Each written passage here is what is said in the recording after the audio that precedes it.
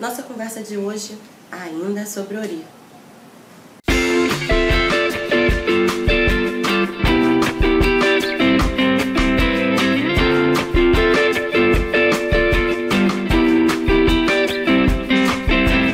Minha gratidão a todos por mais essa quarta-feira juntos, aqui no canal Ialaurê. Eu sou Ialorixá Ialaurê.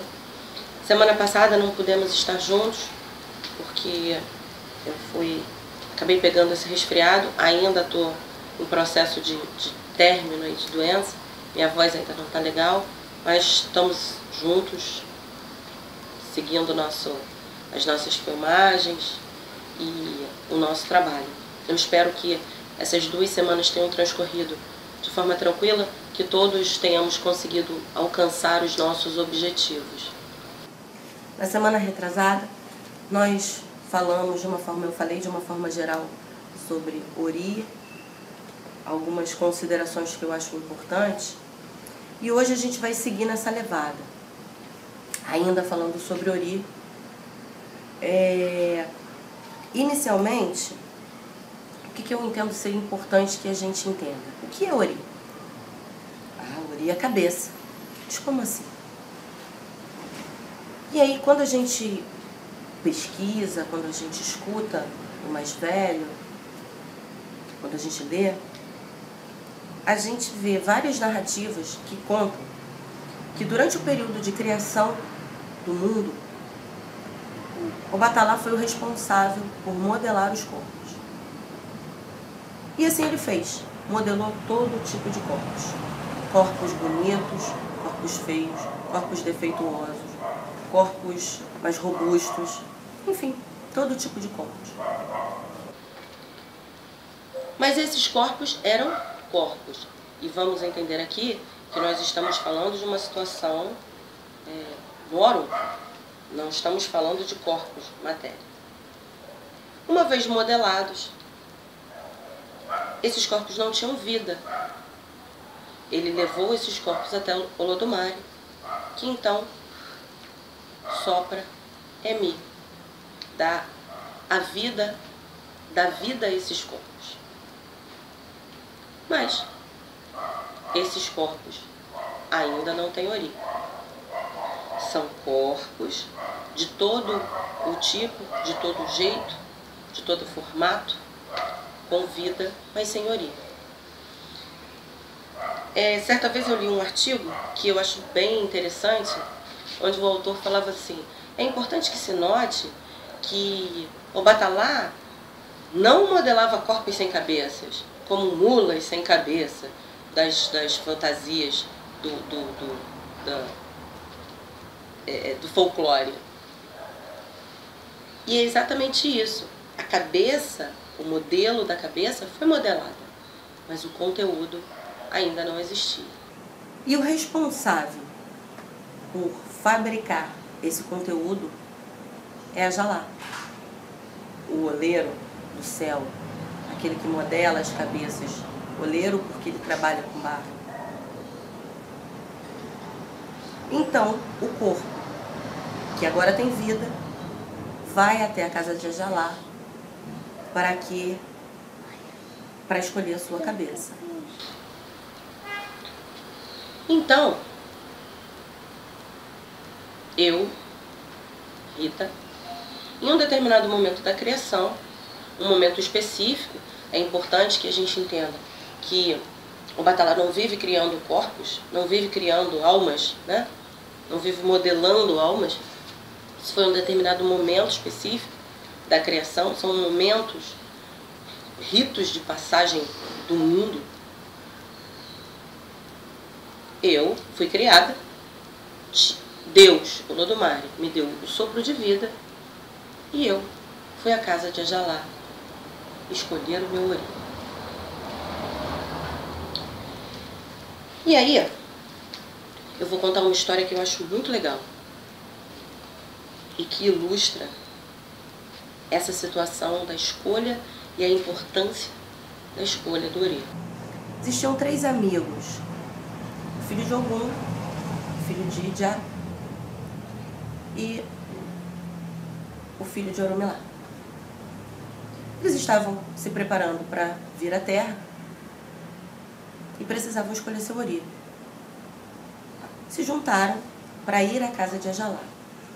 E as pessoas da vizinhança informaram a eles, olha, a viagem é muito longa, então atentem para não parar na casa de ninguém. Não parem a viagem pela distância. Quando eles passaram pelo reino de Ogum, o filho de Ogum não parou para falar com seu pai. Seguiu o conselho das pessoas da aldeia e seguiu viagem. Quando passaram pela tribo de Idjá, pela região de Idjá, o filho de Idjá também não parou e seguiu sua viagem. Quando chegaram às terras que pertenciam a Oromilá, o filho de Oromilá falou com os amigos que ele estava muito saudoso de seu pai, que eles prosseguissem viagem, que dali a um tempo ele os alcançaria. E foi ver o pai. Chegando à casa de Oromilá, seu filho encontrou um babalaú, que procedeu a uma adivinhação. Fez uma consulta ao oráculo. E o oráculo determinou que o filho de Oromilá fizesse um ebó, para que essa viagem longa até a casa de Ajalá, para a escolha do seu Ori, fosse próspera, fosse vitoriosa. E assim foi feito. O ebó foi feito. Ao final do ebó, foi determinado que o filho de Oromilá prosseguisse com um bocado de sal e um bocado de búzios. E assim ele fez. E prosseguiu viagem, mas não mais conseguiu encontrar os amigos, que já haviam se distanciado de muito. Os dois amigos, o filho de Ogum e o filho de Idjá, chegando à casa de Ajalá, não encontraram Ajalá em casa. Bateram a porta, ninguém respondeu, entraram e viram aquela sala com diversos oris de todos os tipos, de todos os tamanhos, de todos os modelos, uns bem cozidos, outros mal cozidos, enfim, todo tipo de ori.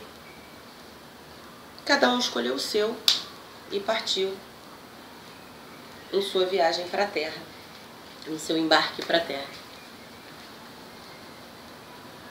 Nesse processo, um tempo depois, o filho de Oromilá chega à casa de Ajalá. E ele, um tanto mais atento, percebe que à frente da casa de Ajalá tem um guardião fazendo comida, preparando uma comida. E lhe chama a atenção que esse guardião prepara essa comida usando cinza. Então ele lhe fala, por que não coloca sal na comida? E o guardião diz, eu não tenho sal, não conheço sal. Ele tira do bolso o pacote de sal, salga a comida, e o guardião fica encantado, maravilhado com aquele sabor, com aquela novidade.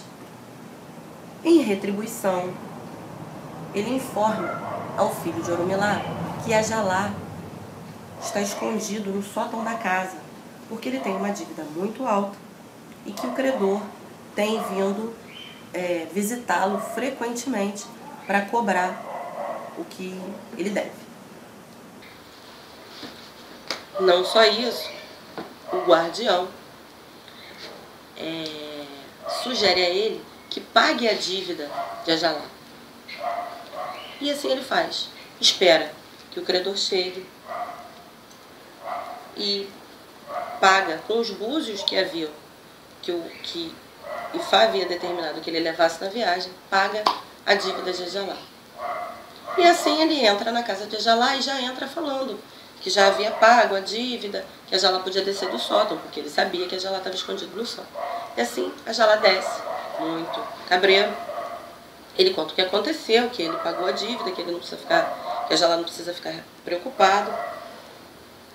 E em retribuição, Ajalá dá ao filho de Oromilá a melhor cabeça que ele já modelou até ali.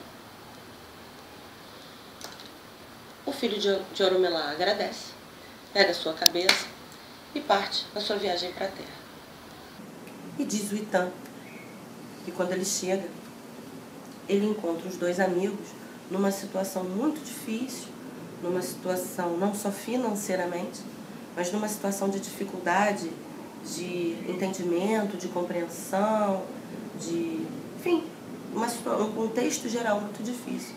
E que ele, que fez o ebó prescrito, que seguiu a recomendação de Ifá, que fez o que o guardião determinou, ele tem uma vida próspera, tem uma vida feliz, uma vida que um bom Ori determina.